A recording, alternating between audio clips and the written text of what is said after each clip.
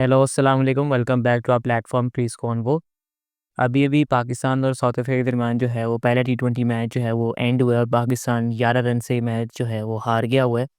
अगर कुछ लोग सो गए हैं जिन्होंने मैच नहीं देखा होगा तो वो ये समझेंगे कि सिर्फ़ 11 रन से पाकिस्तान मैच हार गया है, तो ये तो क्लोज़ आके पाकिस्तान मैच हार गया होगा। लेकिन आई थिंक इसमें जब मैं ये चीज़ सबसे पहले ऐड करना चाहूँगा कि 23 जो हैं वो एक्स्ट्राज़ स साउथ अफ्रीका ने ऐड किए हैं, जो ओवरऑल रिकॉर्ड है by any full member nation for most number of extras वो 29 का है। तो एक रिकॉर्ड नंबर ऑफ एक्स्ट्राज़ जो हैं वो साउथ अफ्रीका ने दिए हैं। इस वजह से पाकिस्तान का जो लूज़िंग मार्जिन जो है वो कम हुआ है, वरना ओवरऑल ये पाकिस्तान के लिए बहुत ही मायूस कुन शिकस्त है ये।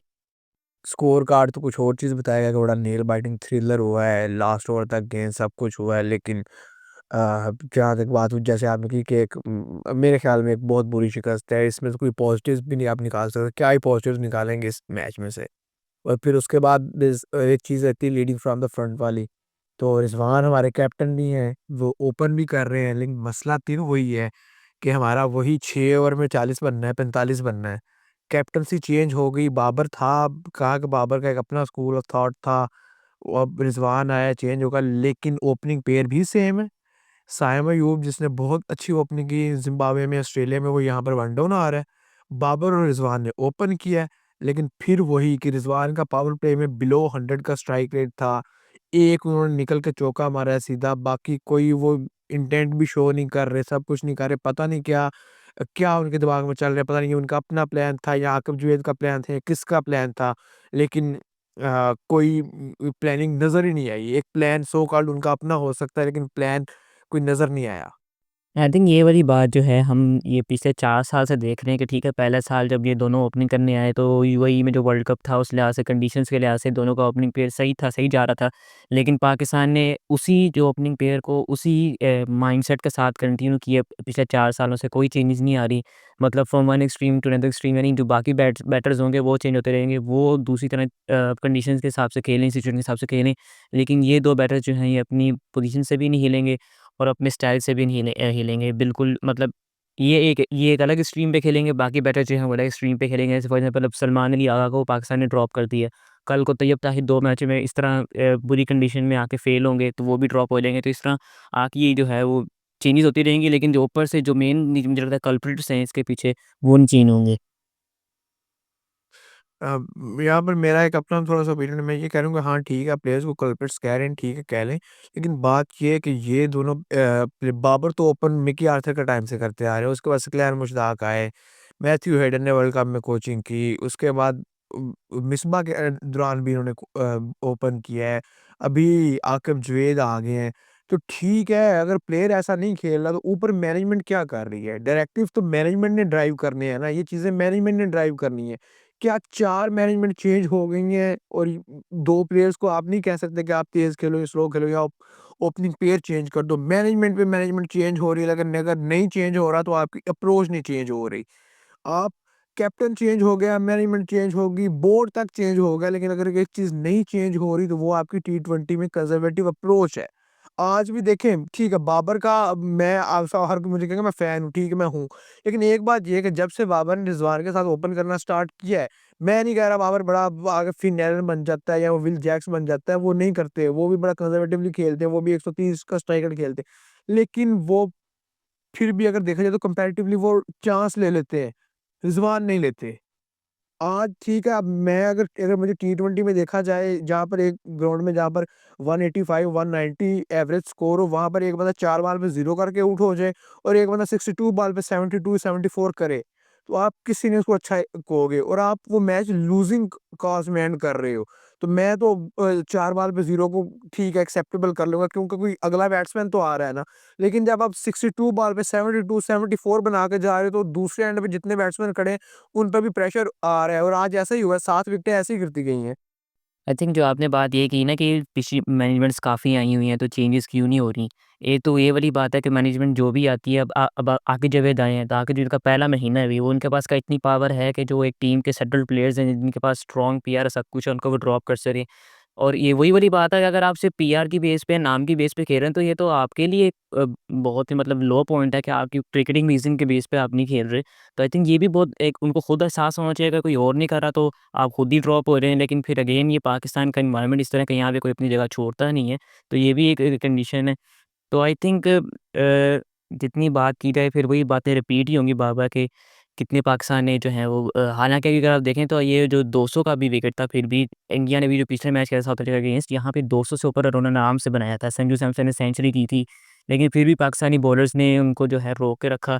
डेविड मिलर आके सामने किस तरह उन्होंने बैटिंग की, उनकी टीम के भी 3 से 4 आउट हुए हुए थे, लेकिन उन्होंने उसी इंटेंट के साथ, उनको भी पता था कि अगर मैं 40 बॉल पे 50 कर लूँगा या 50 बॉलों पे 60 कर लूँगा, तो उसका फ़ायदा क्या होगा टीम को? उन्होंने वो इंटेंट दिखाई, बेशक उस पे वो फेल हो जाए, हारना तो फिर भी आपने, लेकिन एक चांस लेते हो आप कि ठीक है अगर मैं इस इंटेंट से खेलूँगा, तो मैं अपनी टीम को एक विनिंग पोज़ीशन में लेके आऊँगा जिससे वो जीत सकेगा। वो ठीक इंटेंट की जैसे आपने बात की बिल्कुल ठीक है। इंटेंट आपको देनी है, ठीक है आप शिकस्त काबिल कबूल हो जाती है लेकिन आपकी इंटेंट नज़र आनी चाहिए। लेकिन जब आप डर-डर के खेल रहे हैं, आप पुश, सिंगल, मैक्सिमम डबल आप कर रहे हैं, पावर प्ले में आप 30 यार्ड्स का सर्कल नहीं क्रॉस कर रहे, आप वो डॉट बॉल खेल रहे हैं, आप पावर प्ले में अगर बिलो 100 का स्ट्राइक रेट आजकल दुनिया में कहाँ पर होता है? मॉडर्न डे क्रिकेट में ओडीआई में आजकल जो टॉप ऑर्डर के बैट्समैन उनका पावर प्ले में 100 प्लस का स्ट्राइक रेट होता है। लेकिन आप पावर प्ले में बिलो 100 के स्ट्राइक रेट से जा रहे हो, नथिंग अगेंस्ट एनी इंडिविजुअल, लेकिन अगर एक बंदा खेला है तो बात तो होगी ना।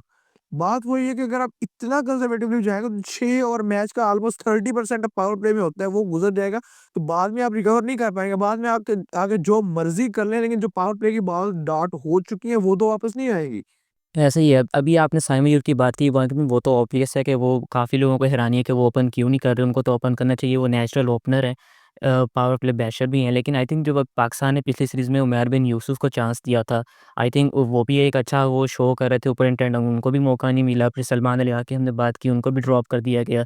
अभी एक और जो पाकिस्तान ने जो किया है इस मैच में, जब 5 ओवर रह गए थे, जब वो अ तैयब ताहिर शायद आउट हुए थे या कोई और बैटर आउट हुए थे, जब शाहीन अफरीदी हुँ। को ऊपर भेजा गया था इरफान नियाज़ी के ऊपर, आई थिंक वो भी बहुत एक अजीब, उसकी समझ नहीं आई। तो आपके पास जब इतना रूम है एक्सपेरिमेंटेशन का, तो आई थिंक मुझे उसमें समझ नहीं आती कि आप अपने सटल प्लेयर्स को, जिनका आपको पता भी है कि वो पिछले 3-4 साल से उनकी क्या रेंज है, उनकी क्या लिमिट है, फिर भी आप उनको चांस दे रहे हैं, कोई एक्सपेरिमेंटेशन नहीं कर रहे हैं। मुझे समझ नहीं आती, अगर रिज़वान ये वाला मैच जितवा भी देते, अगर वो एंड पे कोई 6 ओवर पे 6 छक्के भी मारे थे, तो आई थिंक उसका क्या नतीजा, कौन-सा वर्ल्ड कप आपने जीत जाना था? मुझे इसकी ये समझ नहीं आती कि आपने इससे क्या निकालना था इन मैचों से? वही बात है, डर के खेल रहे हैं, आपको पेपर के ऊपर विन्स दिखानी है, आप उसकी कोशिश कर रहे हैं लेकिन वो भी नहीं मिल रही है आपको। आपको विन की बजाय रिज़वान वाला रन मिल रहा है, तो ठीक है, फिर आप अगर इस चीज़ में खुश हैं तो ठीक है, खुश रहें, फिर वर्ल्ड कप आएगा, 1-2 बुरी परफ़ॉर्मेंसेज़ होंगी, 2-3 कुर्बानी के बकरे बना दिए जाएँगे, ऊपर से मैनेजमेंट में आप कर देंगे, इधर-उधर हो जाएगा, दैट्स इट, कोई 1 डेढ़ महीने का वावेला होगा एंड देन उसके बाद फिर सब नॉर्मल हो जाएगा। तो मुझे तो ये रूटीन चलती नज़र आ रही है। एक्सपेरिमेंटेशन आप कर रहे हो, सा वही उमर बिन यूसुफ की बात की, उस बंदे का क्या है, आपने 3 मैचेज़ उसको दिए, उसने किसी एक बार मैच में भी हाँ, ठीक है, वो जल्दी आउट हुआ है। लेकिन क्या उस बंदे ने होल्ड बैक किया? नहीं किया। वो बंदा नज़र आ रहा था कि वो एक इंटेंट के साथ आ रहा है, वो मार रहा है। लेकिन अगर आप इस तरह चलेंगे तो हर बंदे को जब भी फिर मौका मिलेगा वो अपने 50 के लिए सोचेगा, अपने 50 के लिए खेल के चलता जाएगा और ये फिर साइकिल चलता जाएगा।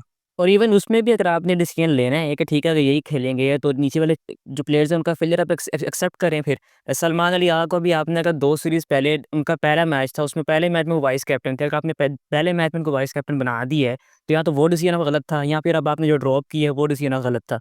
कोई यही चीज़ तो आपकी गलत है ना फिर इस चीज़ में। और सेम मैनेजमेंट आकिब जावेद ने उनको वाइस कैप्टन और बनाने में अहम रोल अदा किया, और अब वही सेम बंदा जो है उनको ड्रॉप कर रहा है। इसकी समझ नहीं आ रही। और फिर आप कहेंगे ये इसको जवाब देंगे कि हम हॉर्सेस फॉर कोर्सेज़ और ये वो कंडीशंस के लिहाज़ से, एक्सपेरिमेंटेशन के लिहाज़ से, एक्सपेरिमेंटेशन के लिए आप एक नए लड़के को एक्सपेरिमेंट कर रहे हैं। मोहम्मद हारिस को आपने पहले एक्सपेरिमेंटेशन किया। लेकिन फिर वही बात, जो 2 मेन प्लेयर्स ऊपर खेल रहे हैं 4 सालों से, उनको आप नहीं छेड़े। एक्सपेरिमेंटेशन का ये मुझे समझ नहीं आया। नहीं, एक्सपेरिमेंटेशन आपने करनी है, करें, लेकिन एक स्ट्रक्चर के साथ चलें ना, टीम कंपोज़िशन तो होनी चाहिए। अगर आप देखें तो तैयब ताहिर ने डोमेस्टिक में अपना करियर स्टार्ट किया एज़ एन ओपनर, ठीक है? उस्मान खान ने अपना करियर स्टार्ट किया एज़ एन ओपनर। वो दोनों अब कहाँ पर खेल रहे हैं? मिडल ऑर्डर में। साइम अयूब नेचुरल ओपनर है, आपका व्हाइट बॉल का ओपनर है, आपका रेड बॉल का ओपनर है। लेकिन वो कहाँ पर खेल रहा है आज? मिडल ऑर्डर में। रिज़वान और बाबर दोनों नेचुरली ओपनर नहीं हैं। हाँ, ओवर द लॉन्ग पीरियड उन्होंने ओपनिंग की है, वो ओपनर बन चुके हैं। लेकिन अगर आपने एक्सपेरिमेंटेशन करनी है, तो आप एक नए बच्चे को लेके आ रहे हैं टीम में, तो उसको उसकी नेचुरल जगह पे तो उसको टाइम दो ना। आपने उस्मान खान को मिडल ऑर्डर बैट्समैन बना दिया, आपने साइम अयूब, फिर वही बात कि आप तैयब ताहिर को नीचे खिला रहे हो, आप फोर्सफुली एक बंदे को फिनिशर बनाने की कोशिश कर रहे हो, जो फिनिशर नहीं है। वो अलग बात है, वो स्पिन को अच्छा खेल लेता है, उसने कोई हिट्टे-हुट्टे मार ली, ज़िम्बाब्वे में भी आज भी उसने छक्का मार दिया, तो उसका क्या मतलब, वो फिनिशर है, वो नहीं है। तो आप एक बंदे को अगर ट्राई कर रहे हो, उसे चांस दे रहे हो, क्योंकि बाद में आके आपने कहना है टीवी पे आके, जब आपका टेन्योर खत्म होना है, मैंने तो सब प्लेयर्स को बैक किया था, मैंने ये किया था, मैंने वो किया था। ये बैक करना नहीं, ये एक प्लेयर की एक्सप्लॉइटेशन है कि उसको अगेंस्ट उसके नंबर के खिलाओ आप। आई थिंक वही वाली बात हमने पहले जो स्क्वाड डिस्कस किए थे पिछली वीडियो में, उसमें भी हमने यही कहा था कि आपके पास सिर्फ एक ही इस पूरे स्क्वाड में मिडिल ऑर्डर का प्लेयर है जो बैटर है, वो इरफान नियाज़ी है। बाकी सारे आके जो 7-8 बैटर्स हैं वो सारे आके ओपनर्स हैं, टॉप ऑर्डर के प्लेयर्स हैं। आपने कोई सेलेक्ट भी नहीं किया, कोई राउंडर्स भी आपने रखे हुए जेन्युइन जो आपके मिडिल ऑर्डर में आके बैटिंग कर सकें। बाकी फिर वही वाली बात है कि ये ऐसा किसी इंडिविजुअल का मसला नहीं है, ये आपकी सिस्टम का, आपके पूरे माइंडसेट का मसला है। आप जो माइंडसेट के साथ लेके जाएँगे, आप इस माइंडसेट के साथ आप बेशक क्रिस गेल और डेविड वार्नर को भी ओपन करा देंगे ना, तो उनके भी फिर यही मसले रहेंगे। फिर बेशक आप मिडल ऑर्डर में अपनी वर्ल्ड 11 भी खिला हुँ। लें, तो आई थिंक यही आगे मसले रहेंगे। बाकी फिर इस मैच के लिए आई थिंक इतना कुछ बोलने के लिए और कुछ है नहीं। तो see you in the next video. और रात भी काफ़ी हो गई है। हाँ, रात भी काफ़ी हो गई है। See you in the next video. अल्लाह हाफ़िज़।